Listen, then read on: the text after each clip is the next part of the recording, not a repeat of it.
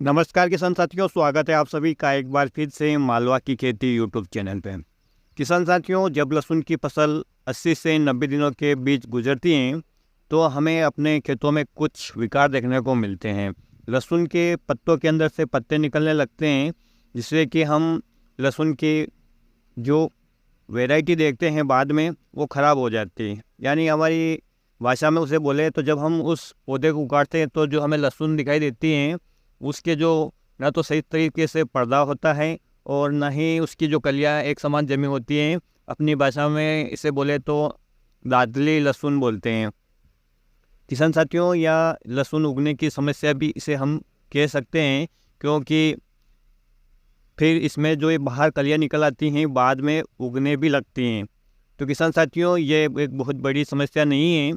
यदि कुछ सावधानियां रखी जाए तो इस समस्या से छुटकारा आप पा सकते हैं। किसान साथियों, सामान्यतः यह 2 से 3 प्रकार की किसान की गलती से ये समस्या आती हैं। एक तो सबसे बड़ी गलती ये करता है, किसान की भावना यही रहती है कि ज़्यादा पानी ज़्यादा पैदावार।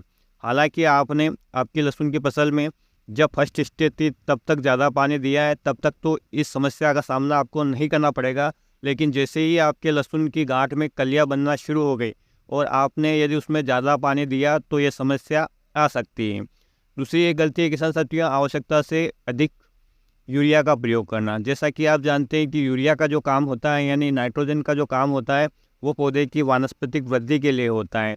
और इस समय यदि आपके पौधे में कलियां बन चुकी है और इस समय उसे अतिरिक्त यूरिया मिलता है तो उसमें अंकुरण की समस्या देखने को मिलती है, जिसके कारण भी पत्तियों में से पत्तियां निकलने की समस्या आती है। किसान साथियों, यह ज़्यादातर वेराइटियों में नहीं होती है। आपको 2 से 3 प्रकार की जो लहसुन की वेराइटियाँ हैं, जैसे फर्स्ट ऊटी और G2, इन दोनों वेराइटियों में यह समस्या ज़्यादा देखने को मिलती है। तीसरी है किसान साथियों, पौधे को अधिक दूर पे लगाने से ये भी समस्या आपको देखने को मिलती है, क्योंकि उसे अतिरिक्त पोषण मिलता है और जब पौधा हजम नहीं कर पाता है तो वो विकार कहीं ना कहीं निकलता है और वो इस प्रकार पत्तियों में से पत्तियाँ निकलता है, या जो कंद है वो फट जाता है, तना है वो फट जाता है। इस प्रकार से ये समस्या आपको आपकी फसल में देखने को मिलती है। किसान साथियों, इसके लिए कुछ साधारण से उपाय और कुछ दवाइयाँ बाजार में उपलब्ध हैं। पहले तो आप सावधानी ये रखें कि जब आपकी लहसुन की फसल में जब गांठ बनने लग जाए तब आपको सिंचाई का अंतराल अच्छा रखना है। आपको उसे लगातार पानी देते नहीं रहना है। और इसका सबसे बढ़िया उपाय ये है कि जब आपकी लहसुन की फसल में पत्तियां लटकने लगे और आपको ऐसा लगने लगे कि अब इसमें पानी की ज़रूरत है, तभी उसे पानी देना, अन्यथा उसकी सिंचाई नहीं करना। सबसे बड़ी बात किसान साथियों, यूरिया का ओवरडोज कभी नहीं देना। इस अवस्था में तो भूलकर भी नहीं देना। 60 दिनों के बाद तो आपको यूरिया का प्रयोग करना ही नहीं। यदि 60 दिनों के बाद अपनी फसल में आप यूरिया का प्रयोग करेंगे तो ये समस्या आएगी ही आएगी। किसान साथियों, अति हर चीज़ की बुरी होती है।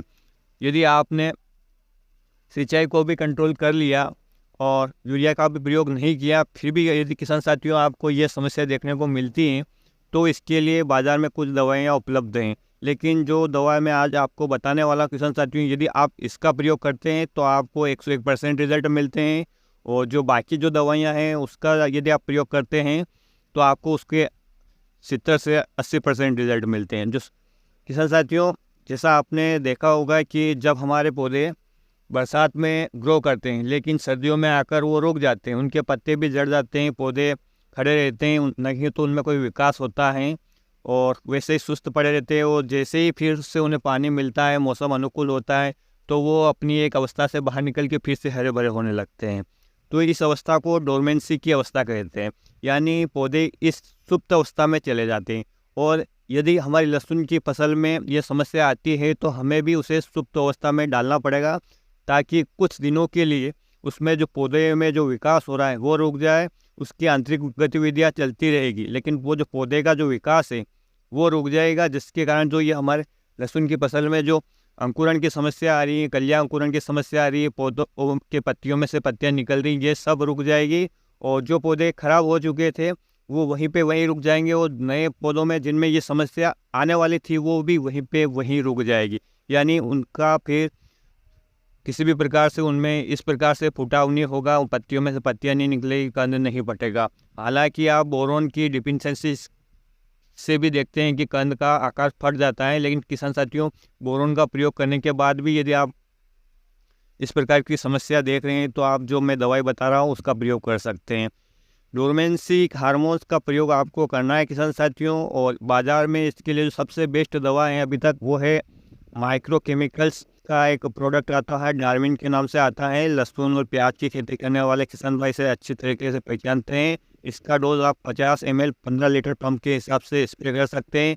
हालांकि आपको अन्य दवाइयाँ जैसे कि पीजीआर के नाम से जिसे हम जानते हैं, पेक्लाबुट्राजोल हो गया, या और ऐसी अन्य दवाइयाँ भी हैं जिन्हें पीजीआर के रूप में जानते हैं, उनका प्रयोग भी करते हैं। लेकिन उनका जो रिजल्ट है वो 70 से 80% है, क्योंकि वो केवल प्लांट की ग्रोथ को रेगुलेट करते हैं, नियंत्रित करते हैं, सुप्त अवस्था में नहीं लाते हैं। और इस समय हमारे पौधे को सुप्त अवस्था में लाने के लिए, या इस प्रकार का जो विकार आ रहा है हमारे लहसुन की फसल में, उसकी जो पत्तियाँ निकल रही हैं या कंद फट रहे हैं या तना फट रहा है, इस अवस्था में हम यदि इस डोरमेन प्रोडक्ट का प्रयोग करते हैं तो हमें 101% रिजल्ट मिलते हैं। जो पौधे खराब हो चुके हैं वो तो ठीक नहीं होंगे, लेकिन जिन पौधों में समस्या आने वाली थी वो वहीं की वहीं रुक जाएगी और आगे किसी भी पौधे में ये समस्या आपको देखने को नहीं मिलेगी।